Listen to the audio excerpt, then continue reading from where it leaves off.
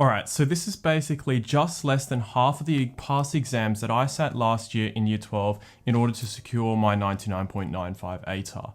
And today we're going to be going through the things that you can also be doing to make sure that you end up on top. Hey guys, Archie here, a first year medical student. I really think the one thing that allowed me to get this sort of ATAR was my strategy and approach to the exams in the final few months up to them. With not much time left until exams, and even some of you already in your exams, I think this video was really urgent for me to make. I'm going to break down the things that you can best be doing right now to make sure that you do well in your exams. I'll have a future video where I dissect a little bit further exactly what I did in year 12 to prepare for my exams, but that was a very long process, so I'm going to save that for a video much later. In the past month, I've been pretty busy. I've been working with a lot of students to make sure that they are actually prepared for their exams, and most of the things that I've been telling them are the things that I'm going to share in this video. All right, so firstly, we're going to look about how we're going to best start off our revision to make sure that it's structured and directed in a specific way. Then we're going to look about how can we make sure that at all points within our exam revision, we have these adequate checkpoints in place so that we can make sure that we are on track. Then we're going to finally take a look at past exam papers, which people love to do. They can be a really good opportunity for you to improve your performance within an exam, but only if it's actually used correctly. We'll discuss that later in this video. The content I'm going to describe in this video is really important if you want to end up with a high ATAR and to do well in your exam. So let's get into it. So the main thing that you want to do when we're starting off our exam revision is to have some sort of checklist or some sort of syllabus provided by, your education board of your state so that you can go through that. I did say, so I had subject outlines, which was provided by them. This is the number one thing that makes your studying more sort of direct and meaningful. And in that, it also means that you're going to be more effective and time efficient when you're going through all of your exam preparation. You basically want to have a marking system as you go through your checklist. I had a rating system out of 5. And so when I went down through my checklist, if I would see a topic that I don't remember at all, I put a 0 next to it. And if it's something I know I don't even need to revise because I know it that well, then I put a 5 around it. Now, what actually happened is at the first stage, most of them were around 2 to 3. So that meant I had a lot of work to do before my exams. If you go through all of the concepts that are listed, you end up with a really good list of where to start. This is basically a form of scoping out the content. So now you know to start off with your weaknesses. So starting with your 0s, your 1s and your 2s, then you go to your 3, 4 and 5s. This creates the exact order that you should go through all your content for a particular topic. And you can do this for each of your subjects as well. Please don't do your revision in a chronological order from the start of the year to the end of the year. Usually during exam revision, you're pretty stressed for time, and doing it in that sort of way means you're going to cover content that you already know pretty well rather than starting off with the things that are going to drop you the most in your exam, which are your weaknesses. It's just the most time efficient way to go. Start off with your weaknesses and then work yourself up until you get everything up to being a strength. Also, in terms of how you learn throughout the year, usually the easier content or the easier topics are at the start of the year. And then as you go through the year, the topics get harder as well. So sometimes it doesn't make sense to start off with the start of the year if you already know that content pretty well. However, if you have forgotten it, then that becomes a weakness and you should approach that. You want to set yourself up so that when you spend that time to study, you are using that time in the most efficient way possible to prepare you for that exam. So for an example, if I had no idea about how osmoregulation worked between the kidneys and the hypothalamus,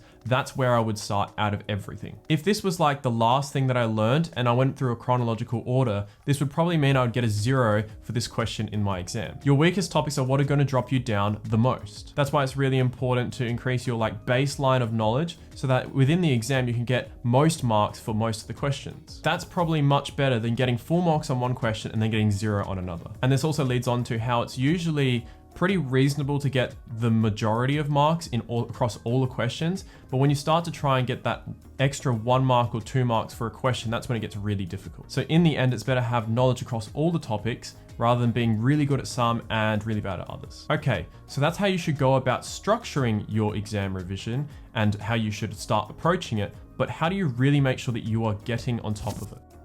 Your actual exam preparation, as you might expect, must be full of practice and practice. The best way that you can do that is by testing yourself. Studies show time and time again that rereading your notes, highlighting your notes, writing summary pages for your notes aren't the best and most efficient way to be studying. They are mostly feel-good study techniques which make you feel productive and that you're getting a lot of things done, but it's just not really spending that time in the best way possible. If you've watched my videos before, you've probably heard me talk about active recall and spaced repetition, which are some of the best ways to be studying for your exams. And if you're doing math, for example, it's still applicable here.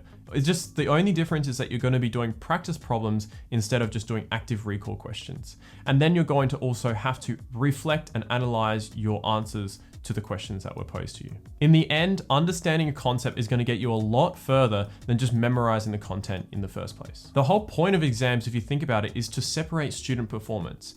And they're trying to do that by dissecting how well does a student actually understand this concept rather than do they just memorize this formula that's required here. And relatively speaking, it's actually probably easier to memorize some facts than it is to properly understand a concept. And that's why they're going for the understanding part, and that's what they want to test you on. This is why you should have plenty of resources to help you out in testing yourself, whether it be, past exam questions in a worksheet or in a study guide, or whether it be something from your teacher, and then there's also the textbook that you've been using to learn the content as well. However, sometimes those textbook questions aren't the most representative of the types of questions that you'll see in your actual exam.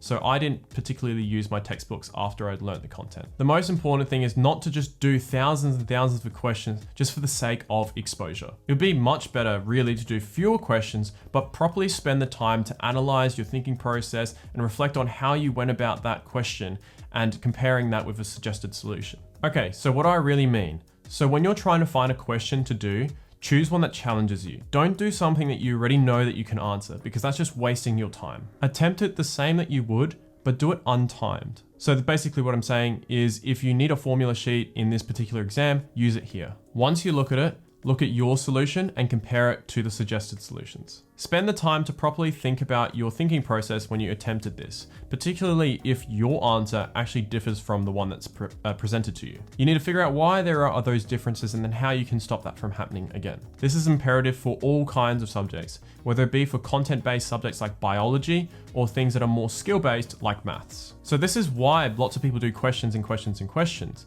because the value actually comes from looking at your answer and comparing it to what you see and then thinking about how you can improve for next time. Now, it's also important for me to mention, don't spend all of your time doing past exams and past exams. Exams shouldn't be the first thing that you are doing. You should probably do this stage first before you start thinking about exams. But if you're really stressed for time, you should probably be fitting in those exams somewhere.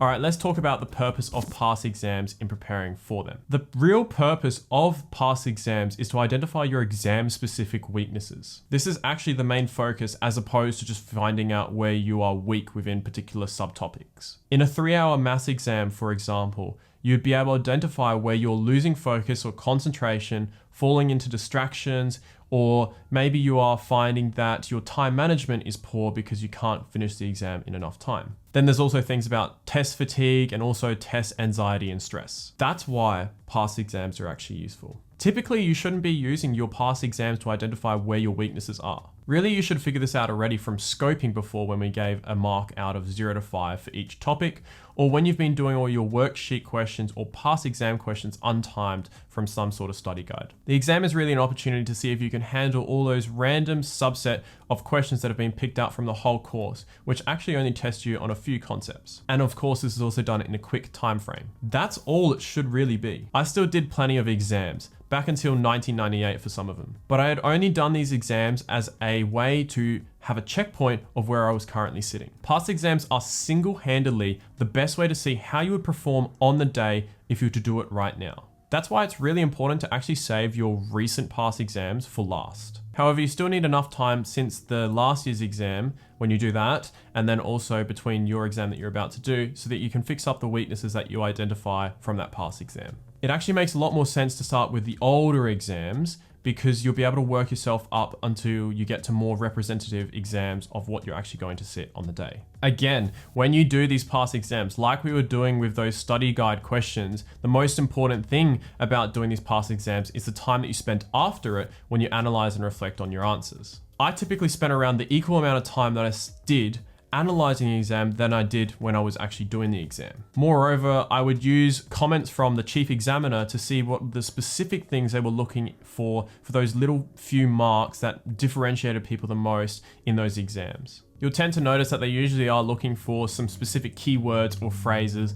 within an answer. I'm thinking about an example where you have to talk about enzyme action, and the thing that you might have to say is that you need to mention that there is that 3D complementary shape of the active site in order to get all those marks. All right, so that's a quick rundown of the things that you can be doing right now to supercharge your exam preparation. I will eventually upload a video earlier next year about my exact process that I followed throughout all of year 12 to make sure that I was prepared for exams. However close you are to your exams, I know that there's something in this video that you can take away from it to make your time that you spend towards studying and for these exams more specifically, more efficient. If you've enjoyed this video, I'm sure that you'd also enjoy my playlist on more about this exam preparation. I've also had people on Instagram message me how this has changed the way that they think about exams and how they are approaching them for the better. All right, so the exams are upon us. I hope you can go into them without any regrets, but just remember that in the end, your ATAR does not define you.